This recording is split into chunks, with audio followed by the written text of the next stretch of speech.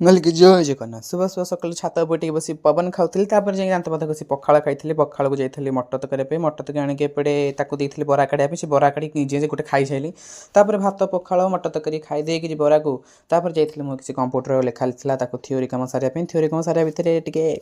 ମଜାମସ୍ତି କରିଥିଲି ଆକ୍ଚୁଆଲି ମୁଁ ଲେଖିଲା ବେଳେ ଏବେ ଏବେ ଆଗରୁ ଗୀତ ଶୁଣୁନଥିଲି ଏବେ ମୁଁ ଗୀତ ଶୁଣି ଶୁଣି ହିଁ ଲେଖୁଛି ତ ମୁଁ ବି ଜାଣିପାରୁନି ମୁଁ କ'ଣ ହେଇଛି ତାପରେ ଆସି ଟିକେ ମୁଁ ଗେଲୁ ସହ ଖେଳିବାକୁ ଗଲା ଗେଲୁ ପୁରା ନିଦରେ ଶୋଇଥିଲା ଗେଲୁକୁ ତାପରେ ଉଠେଇକି ତା ସାଙ୍ଗେ ଟିକେ ଖେଳିଥିଲି ଭାଇ ଗେଲୁକୁ ଆଜି ଏତେ ନିଦ ଯେ ଜମା ଶୁଣୁନି କି କ୍ୟାମେରାକୁ ଆଜି ଅନଉନି ତାକୁ ଏତେ ବାଧା ହେଇଯାଇଛି ତାପରେ ଯାଇଥିଲି ଟିକେ ବଡ଼ ବାପା ତାଙ୍କର ବାହାଘର ପ୍ରିପାରେସନ୍ ଚାଲିଥିଲା ତ ସାଡ଼େ ଯାଇକି ମୁଁ ତାଙ୍କ ଘରେ ଟିକେ ଫଟୋ ଉଠେଇ ଦେଇଥିଲି